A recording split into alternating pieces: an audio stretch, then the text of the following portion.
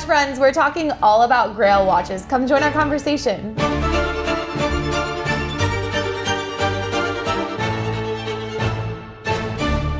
Ripley and Brandon, awesome to see you guys. So, Grail watches, guys, this is a fun topic of conversation. Not only when it comes to what specific Grails can be, it's a very personal choice, but let me take a couple steps back and let's have a conversation. What makes a watch a Grail watch? I mean, I feel like that's kind of a floating target. Some people, it might mean they're the watch they want more than anything else, and it might be attainable for them. It might be a personal Grail. Yes. And then there's the other one where it's something that may or may not be attainable for the average person, might cost hundreds or millions of dollars or something like that.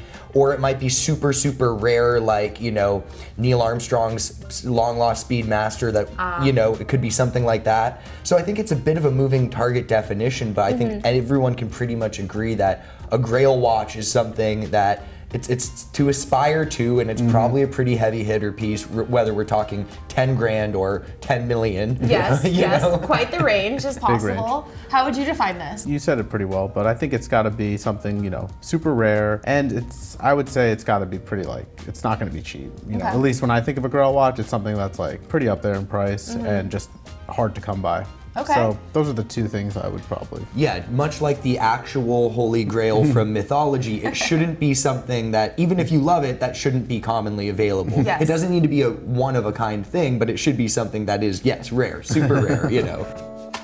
So speaking of Grails, do you guys have one maybe current? I can initiate this a Yeah, little what's bit. yours? Mine, ever since I started watches, was a yellow gold King Midas. Okay. I love that watch. I prefer it with the bracelet intact. Prefer it with the box. I need that box. That's a Grail also. box. Yes, yes. That's a Grail that box. is the full set. The value of a full set. That is one of just a complete package that I would one day hope to have. Oh, what about you, Ripley? I mean, I don't know. I feel like I have a lot of different Grails. Like my favorite Rolex of all time, I wouldn't even consider it a Grail because it's something that in the scope of Rolex or even what we have on the table isn't a fraction of any of these, which is the classic 1655, you know, Explorer 2. I mean, Great watch. Yeah, maybe within the Rolex family, maybe something like a Milsub or like you know, 5514, like a Comex or something like that. Something really, really outlandish or an off-catalog model where, yeah, I don't know. I think I just love too many watches to have a singular Grail. And I'm under the impression that, like, okay, once I actually potentially obtain my Grail, I will establish another Grail. Right. It's not just gonna stop because I have it. I think that desire for something hard to get will still come around if I'm able to acquire the one I want. I don't know. That's just my opinion. You can cross that bridge when you When get I there. get there, One exactly. could be so lucky to cross the bridge of being like, well, I got my Milsub. I mean, you guys are my friends. I'm hoping that this pays dividends in the What very about near your Grail? future. I'm having the same issue here. I mean, Too many. yeah, there's too many to think of, but maybe like a really great, all original, big crown sub 4-line, just with like a super nice, glossy, well-preserved dial. You know, all original. Yeah, that's the hard part for me. There's the diversity of it. Do I want something exceptionally rare and classy, or is it just like full yellow sapphire? You know, do I just want to lean into it? And I think realistically, if I'm at the position where I'm buying one, I'm buying multiple Grails. Yeah. You can go. I think that's the fun of it. Well, we're curious about you guys. Be sure to weigh in on the Grail topic. If you have one, if you've defined it, or maybe if you've actually been able to obtain yours, be sure to sound off in the comments and let us know where you are at on this journey.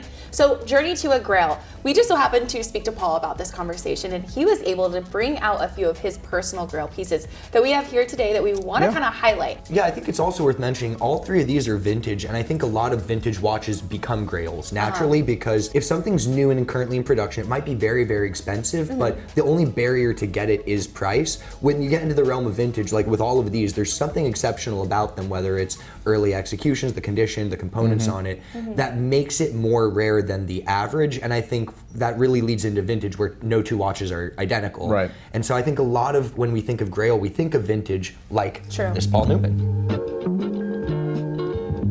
So we've got the 6241. This one's from 1969. It's got the black bezel and pump pushers. Those are the defining characteristics of this model. And it's got the white Paul Newman dial. That is the more sought after version we see because Paul Newman's was white. To many, this is the Grail watch for sure. Quintessential Grail Rolex, yeah, absolutely. I think it's also interesting, like the type of bezel. This bezel was more prone to damage than the classic steel bezel, and so when you're looking at condition, having a watch in this condition with this style of acrylic bezel is a totally different ballgame. Even though the watch, Paul Newman's famous white dial, exotic dial Rolex, did actually have a steel bezel. Right. And this is an instance where it's the Grail isn't the reference itself. A 6241 is, I guess, it is a Grail. There's no cheap, there's no cheap version of it, but the dial is what makes this a true Grail by any definition of the term. There's, this without a Paul Newman dial is a very expensive vintage Daytona. This with a Paul Newman dial is one of the most expensive Rolexes that you can get. Right. Most sought after. Everyone's always, a lot of people are asking for these. Like you said, it comes down to condition. Finding them, you can find them, but the condition is what really sets it apart. This really is in phenomenal condition. All right, what else do we have here? Yeah, we've got the original Patek Philippe 3700 Nautilus. This one's from 1979. It's got the iconic blue dial. Right now, the Nautilus, and for the last couple of years, super hot. And everyone always thinks of the modern one, but this is the OG. This is what started it all. It came out in '76, designed by Gerald Genta, just like with the AP Royal Oak and countless other models. But this is to so many a Grail. They're hard, even the new ones, they're hard to get. You can't just go into a store and get them. And the vintage ones, you can find them, but again, the condition sets them apart. All original, there's so many factors. Yeah, I think for many people, any steel Nautilus falls into the Grail category. And then again, you get down deeper. Well, this is the first execution of it. It's not the current, well, I guess the current production one was recently discontinued, but now it's like the 5811 or whatever. Yeah, but it's, and also in steel, I think that's important. This watch can be found in other materials. You can get Nautiluses with other complications, but this is the one everyone thinks of, the classic time and date in steel. And when this watch debuted in the 70s, the whole concept of it was, we're making a stainless steel time and date watch that costs as much as a gold complications piece. And that was the statement of it. Exactly. And now fast forward, the stainless steel integrated bracelet watch is a thing, beyond belief. It's one of the hallmark type of genres of timepieces, but arguably this and the original Royal Oak were the ones that kind of started that all. Absolutely. And Patek being Patek, this is often what a lot of people think of. And then even the boxes, if you have a full kit one with the original cork box, it's cork. That was not something that was meant to stay together for the long term. So having an immaculate box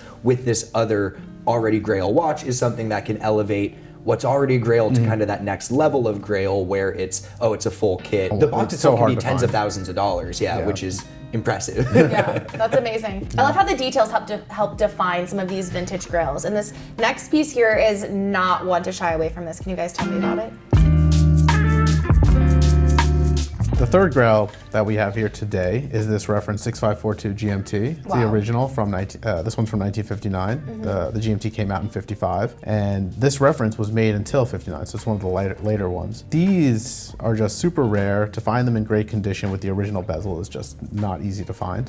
The bezels were filled with radium, and they were prone to cracking if you just drop it. They were even recalled on top of that. Exactly, yeah. They were recalled because of the radium, so it's kind of interesting. They have a good history behind them. Yeah, and I think this one's really interesting is because this GMT sort of touches on various, it's kind of the combination of all the different things that can make it a Grail. Yes. It's the first GMT that kind of introduced what's now an iconic style, the red and blue travel watch, all of it that. all came from this. So it's important. It's the first execution. In terms of the history and cultural importance, it's all there. It's rare from a numbers perspective because they only made it for a handful of years in the 1950s. Right. So it's rare on top of that. It has all of its original components, which is even more rare, such as gilt dials we're notifying. And as you mentioned, the bezel insert. Yeah. This is one of those ones where kind of like the Daytona, but even more so, between the heavy radioactivity of the insert, it being recalled, it already being a brittle component, to have this watch with its original bezel, given everything else, it's a Grail on multiple levels, whether it's because of the surviving condition of it, it's what it was, how many they ever originally produced. It's sort of an amalgam of all of these different things, but at the same time, regardless of whether you appreciate it for one, the other, or all of it, I think, that definitely qualifies as a Grail. And it's still in stainless steel. All of these watches are steel. With the exception of the Patek, which was always created to be an expensive watch, the other two weren't necessarily created to be these luxury items. Right, they're tools. Premium timekeeping tools. I mean, like you said before, like without the GMT, the 6542, like the Pepsi bezel, this is like the archetype. Yeah, and I think that's also reflected. Like, think of almost any Pepsi GMT. There is that kind of cultural premium attached to it because that is the quintessential red and blue GMT watch. Right. So and iconic. if you want to go back to the one that started it all, it's this one. And if you look at this compared to the 1675 that came after that, which ran for years, like decades, like they produced that one for a very long time, and that's the next oldest. So if you want a really old GMT, the difference between this and its immediate successor, massive difference in terms of rareness, even though you can get a 1675 still with a gilt dial.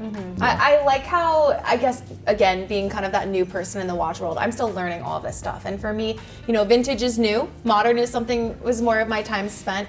I can't wait to see what becomes future Grails. Do you know what I'm saying? Especially as those little details come about, or I feel like the idea around limited watches is kind of catching on a little bit more. So that limited run is starting to kind of, I don't know, take over a little bit. So these watches aren't necessarily going to be completely available. Obviously there's long lines for, you know, 116-500s and even new releases. So do you guys have any suggestions on what we may see as future Grails in any brands? It's not the stuff we think of today. So, Of right, course. you know, it's always the things that weren't popular. Right, Yeah. like this thing was not popular back in the day. Yes. People called the Paul Newman dial downright ugly. And also the Nautilus wasn't super popular either. No. It was outlandish. It was Expensive. out there. A lot of people looked at the GMT, and while the GMT did experience popularity, you know, it's a red and blue watch compared to an all black sub. Right. It was A little more out an there. extroverted style.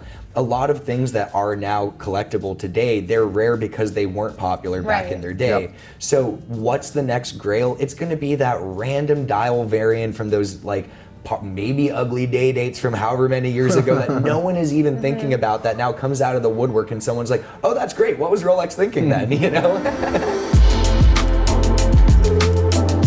All right, well, this is a really fun trio of Grails. I don't know that we will be around these ever again. So this was fun to share them with you guys. Thank you so much for joining us. We'll be back again soon. Until then, be well.